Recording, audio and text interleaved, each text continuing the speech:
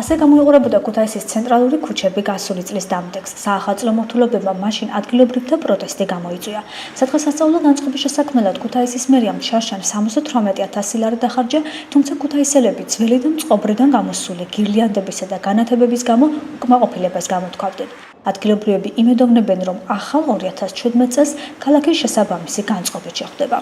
შარშან სამწუხაროდ ნამდვილად არ შეესაბამებოდა და ვერანაირ კრიტიკას ვერ უძლებდა საახალწლო მორთულობა ქალაქში, თითქმის გამოყენებული იყო თითქმის 80% ძველი ტექნიკა. დიდი სურვილი მაქვს, რომ წელს კარგი ახალი წელი გქონდეს და იგრძნობოდეს ეს განწყობა. ქუთაისს ნამდვილად უხდება ახალი წელი. ეს ყოველწლიურად ემატება ეს ხარჯი ქალაქს და ჩვენ ვიღებთ ერთი და იგივეს ან გაუარესებულ მდგომარეობას. რა თქმა უნდა, მოლოდინი მხოლოდ უარყოფითია. გემოვნებით უნდა იყოს, ეს არის მთავარი, მე ეს მიმაჩნია და ამაზე არა მარტო დაუშვათ ის გამნათებლები უნდა ზრუნავდნენ, და თავისი დიზაინერი და მხატვარი განსაკუთრებულად უნდა იყოს ჩართული. განათებაშიც რომ გამოჩნდება რაღაც ტრადიცია ქალაქის, ეს ალბათ იქნება ძალიან კარგი. ყველა წელს გვაქვს მოლოდინი, რომ უკეთესი იქნება ბოლო წლების განმავლობაში, თუმცა მოლოდინი არ გვიმართლდება.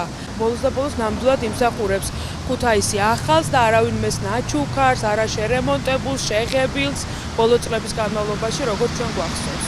ახალი წლის ამზადისზე ქუთაისის მერიაში საუბარი არ ისურვეს, თუმცა ადგილობრივი თვითმმართველობის მიერ გამოცხადებულ ტენდერში უკვე გამოჩნდა საახალწლო მორთულობების ესკიზები. ვარსკვლავთა სისტემა თეთრ ლურჯ და ყვითელ ფერებში, ეგრეთ წოდებული 2D LED განათება და მრავალფეროვანი დეკორატიული კონსტრუქციები. მერიამ საახალწლო მორთულობების 10 ესკიზი წარმოადგინა. 100 ფერადი მორთულობის შესაძენად თვითმმართველობა წელს 47,000 ლარს დახარჯავს. არსებული მანათობელი ფიგურებისა და აქსესუარების აღდგენა რეაბილიტაციისთვის კი 79,700 ლარიანი ტენდერია გამოცხადებული. მერის მიერ შერჩეულმა კომპანიამ ქალაქის საახალწლოდ მიმდინარე წლის 24 დეკემბრამდე უნდა მორთოს.